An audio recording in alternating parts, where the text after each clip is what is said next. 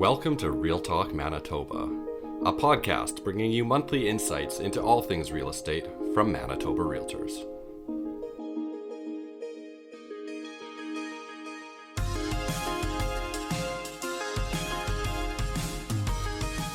Thanks so much for joining us for episode 3 of Real Talk Manitoba. I'm your host, David Von Mayenfeld, and this episode we're going to hear some great advice from two realtors who have a wealth of expertise helping buyers on the journey to finding your dream home. Allow me to welcome Amber Vandenbroek, realtor with Remax Executives Realty and director on the MREA Shelter Foundation Board of Directors. I'm also pleased to welcome Akash Bedi, broker owner with Remax Executives and member of the MREA Board of Directors. Now, let's meet our guests. Amber, you're up first. Awesome. Well, thank you for having me today. Super excited to be here. As mentioned, I'm Amber Vandenbroek, and I'm a professional realtor with Remax Executives since 2010. In 2020, I was awarded a gold medallion from the real estate board. And just last week, I was awarded a lifetime achievement from Remax. And in June 2021, I started my own real estate team. I'm also extremely passionate about giving back. As mentioned, I'm currently the vice chair of the Manitoba Realtors Shelter Foundation. I was on the board of the Green Action Center for 4 years, was the chair of the Gimme Shelter Foundation, and have organized several fundraisers. Awesome. Thanks so much, Amber. Akash, over to you. Thank you, David. I am very passionate about real estate and all aspects of it. I am a second-generation realtor. I used to go and help my dad back in the 80s and 90s on open houses. And back then, our MLS system was a corrugated catalog, really. So my job was to help build this catalog and keep track of all the sales and what was happening. So fast forward, I've earned a bachelor's degree in biochemistry and got bored and did another one in sociology. I've worked in different careers prior to real estate, including research.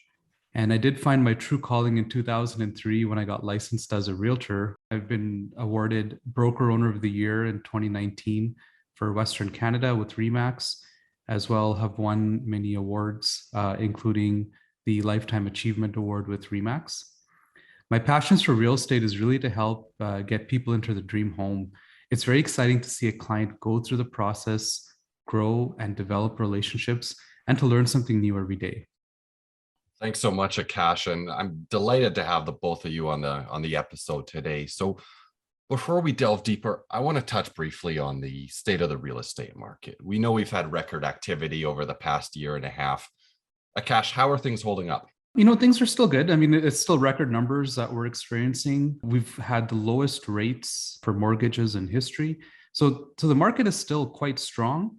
Over the past month and a half to 2 months, we have seen a slight slowdown, meaning that you've got less offers coming in on a property. Back in early spring, you'd have about 15 to 18, sometimes 20 offers on a single property. Now we're seeing maybe between 3, 5, 7, and some properties do sell at the listed price. So we've seen somewhat of a little bit of a slowdown, nothing drastic, nothing major. And of course, with today being election day, we're going to see what's going to come in the coming months. Amber, is there anything you'd like to add to that? No, I think my sentiments are the same. Since last year, end of last year, we've basically been running all through the winter. January, February, March were busier than any of us have experienced, at least in my 11 years. And I'd say that since July, we've seen a bit of a let up, whether it's the borders open and people could go to their cabins, summer holidays, and people just wanted to take time off and enjoy the summer. Just seen a bit of a slowdown in activity. So it's giving our buyers at least a bit of a reprieve and some more hope as, if you hadn't been able to win a house in earlier 2021, that certainly the horizon is looking bright. So is it somewhat of a relief, would you say, or? Yeah, it's definitely a relief for buyers. I think that, when we go and show houses, there's not 70 cards on the table now of other realtors who've shown the property.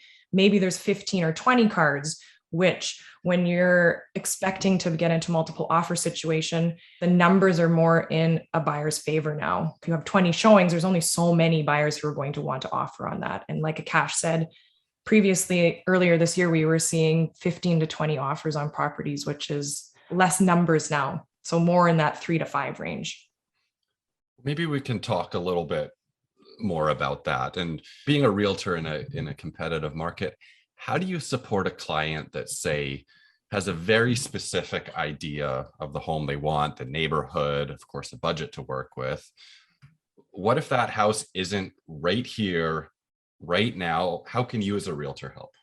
I think it's important to have an open back and forth communication with a buyer and really delve into why that specific area maybe is important to them and use those key points to maybe look outside of their sort of pigeonholed neighborhood. So, do you want to live in that neighborhood because you like to bike? Is it close to parks? Maybe you want to walk to your favorite restaurants or some coffee shop or restaurants. Do you want to be able to hop on the river and go on a kayak? So the reasons that they're looking in one specific neighborhood, you can sort of say, okay, well, why? And let's extrapolate that to some other neighborhoods that offer the same sort of characteristics that you're looking for based on your lifestyle, your future goals, etc.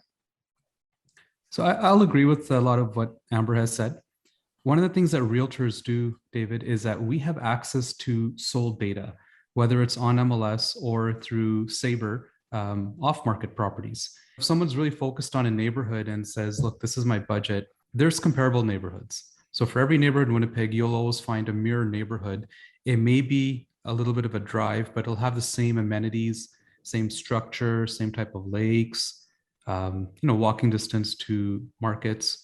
And you can look at sold prices there. So you can look at a 60-day sold price window and get an idea of what's really happening in the market. I mean, we typically measure our market in quarters. And if you go back 60, 90 days, 120 days, your buyer can get an understanding of their budget and what is really possible. But Amber is right, having a plan B, if you've got some items that you just can't live without, fair enough. But we may have to redirect our search to a different neighborhood, maybe a different quadrant, either of the city or of the province even. That's great advice, both of you. Now, let's talk about that plan B, Akash. That's interesting. So say you have a buyer who's agreed to consider a home. Maybe it doesn't have that designer kitchen. Maybe it needs a little work, but to get it in one of those neighborhoods that they like, what's a good piece of advice for a buyer looking at a house that maybe needs a little bit of TLC? If the property needs some TLC or it's not exactly the way you want it or it's not move-in ready, you do have some options right now. And lenders, whether you're dealing with a credit union or one of the large banks, they have some products that can help. Some of the big products known are a purchase plus improvement mortgage. You can do a home equity loan, so a Heloc, if you already have a home that you're going to keep and buy a second home. And of course, other options are cash, line of credit, or even a credit card, but which is not recommended.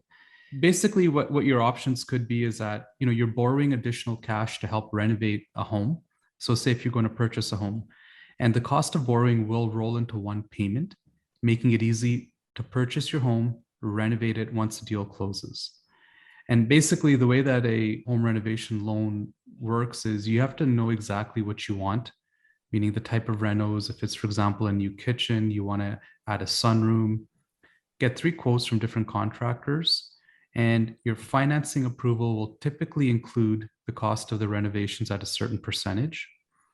After your sale does conclude, you take possession of the home, the lender will forward the agreed upon cost to your lawyer, who will hold the cash in trust, and your contractor can start the work and then have the work completed in a certain amount of time. Once the work is done, the financial institution will send a representative to view it, and once it's approved, basically settle with the contractor. This is a very good product. A lot of my clients have used it over the years, and now with the rates being historically low, this cost has actually been very beneficial. And of course, the other thing is a Heloc, what most financial institutions call a home equity line of credit. And this one, it basically, it's a loan secured against the equity of an existing home, where some people who are either upsizing or downsizing want to maximize the value of their home before they sell it, use the equity, do the capital investments, and then sell. And they use that extra money coming in for the purchase of their new home.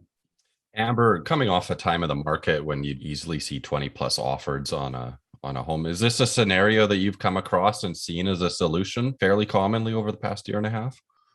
I have. There are some limitations to it. So when it's mentioned to a buyer, I do let them know, depending on the if they go with CMHC or Genworth, the purchase plus improvement cap is 10% of your purchase price for CMHC up to 40,000, and Genworth is 20% up to 50 to 60, depending on how strong the application is.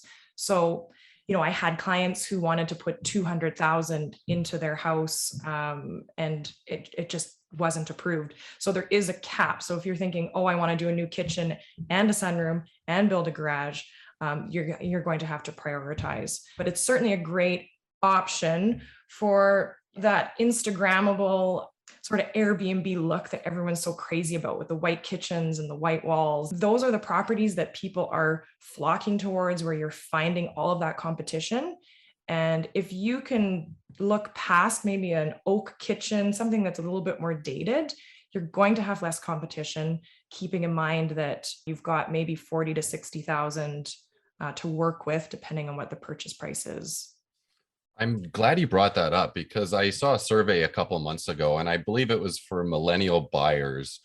They ranked curb appeal and quote insta-worthiness unquote as some of the top criteria they had for buying a home. So maybe if the home doesn't have that and you're a buyer, perhaps you're handy, you can do some of this work on your own. But do you find this daunting for some buyers to maybe have to work with contractors or do a reno?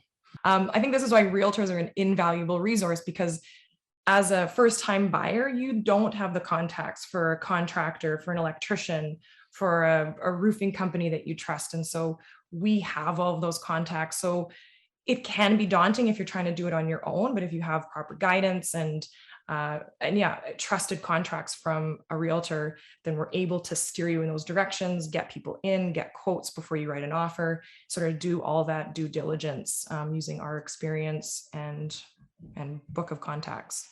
And I guess knowing how to use Instagram filters is probably pretty key too, right?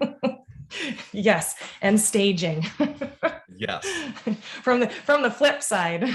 Akash, do you have anything to add on that, on the topic of a buyer looking to purchase a home that maybe needed a little bit of rental work? Absolutely. So I'm a prime example. Back early spring, my family, so my wife and I were looking for our dream home. And we were coming in from West St. Paul and wanted to be in a certain neighborhood. We had a checklist that we could live without and a list that we could not live without.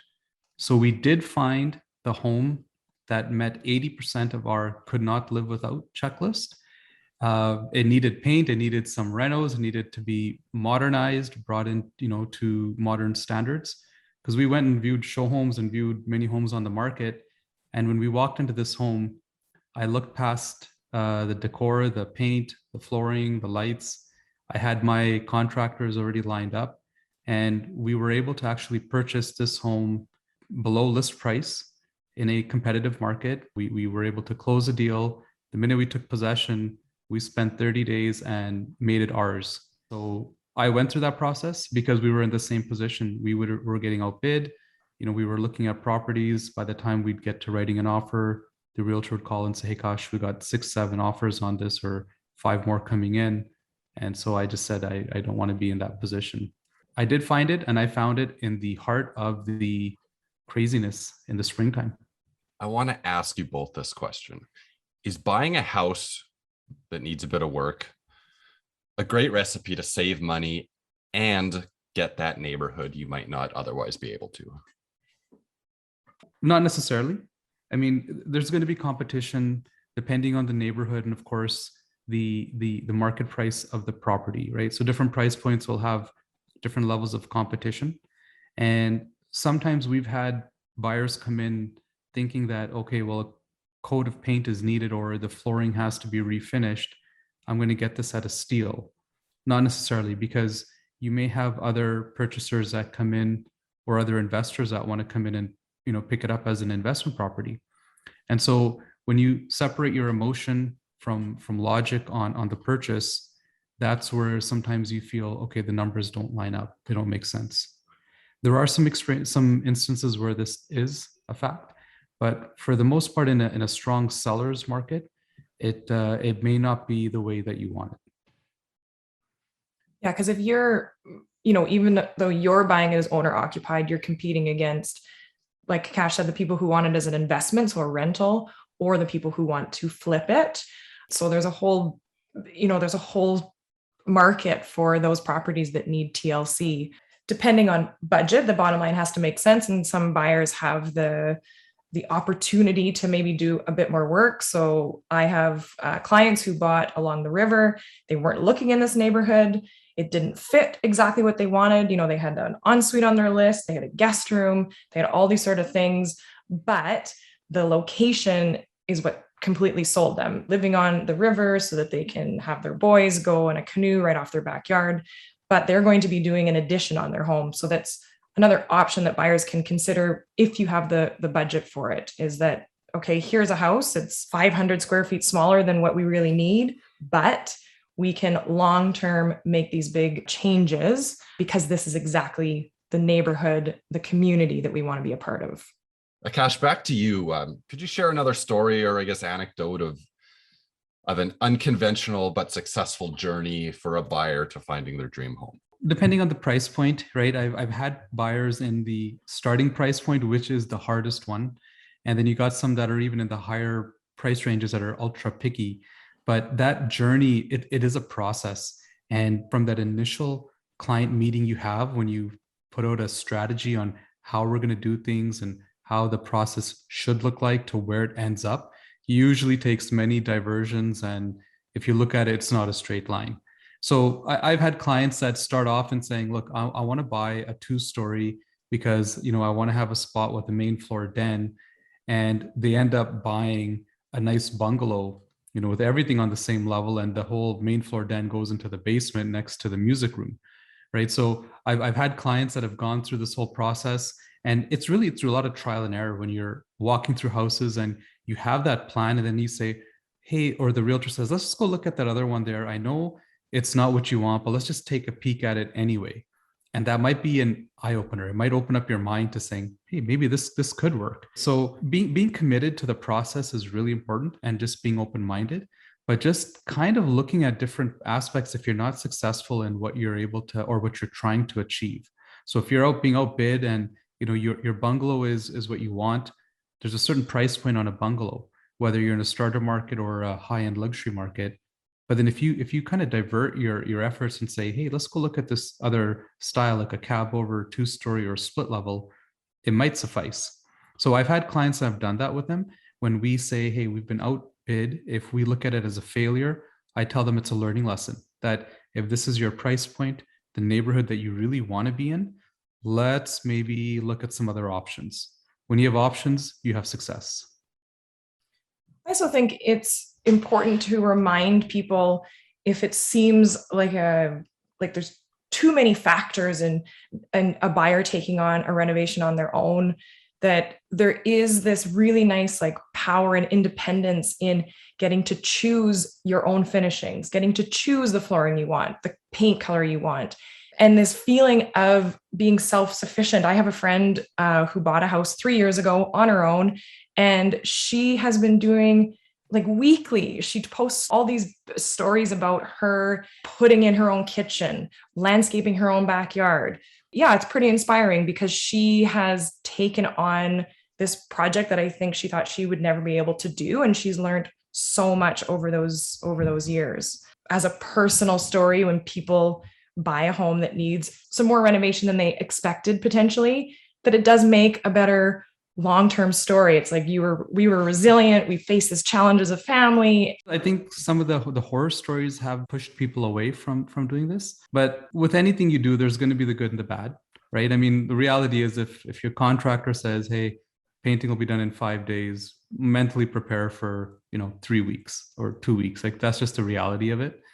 But coming in with an open mind and having a really good mindset about it is important. And like Amber had said, you can pick and choose your finishes. You can pick and choose your colors the way you want it. If you like green, you can have a whole greenhouse. It's your choice. I think there's also a matter of time that people have been looking, and sort of this level of buyer burnout that you get from being so emotionally invested, and you imagine your life somewhere and you don't win in a bidding war. So I think that communicating with a buyer the options of maybe expanding and looking at other areas doesn't happen right away, because there's sort of this learning process that that people have to go through and be emotionally open to other neighborhoods. Well, it goes back to actually having a plan in place, right? If the realtor sets the stage of what to expect and having a plan, it really lowers the blow. Like when and it's stressful because of the failures, right? And you consider failure, hey, I lost out on this house. I lost out on this house. So if the expectation is set, and if you actually have a strategy in place where it's, okay, after you've lost a second and third offer, you're not going to take my advice. Final thoughts. Over to you, Akash. My one final thought would be is, after 18 years of experience in selling residential real estate, I can say that some people look for a beautiful place while others make a place beautiful. Well said, Akash. I totally agree that finding your dream home sometimes means creating your dream home and remembering that the house is just part of where you live. If you want to love where you live, you also have to remember you're in a community, you're in a neighborhood, and those are all things that are very important. And as realtors, we are very fortunate and we feel very lucky to help buyers realize their dreams. Amber and Akash, thank you so much for being guests on the podcast and for all of the insight you shared with us. To our listeners, thank you for joining us on episode 3 of Real Talk Manitoba. My name is David Von Mayenfeld, and please stay tuned for the next episode and even more great discussion on the real estate market in Manitoba.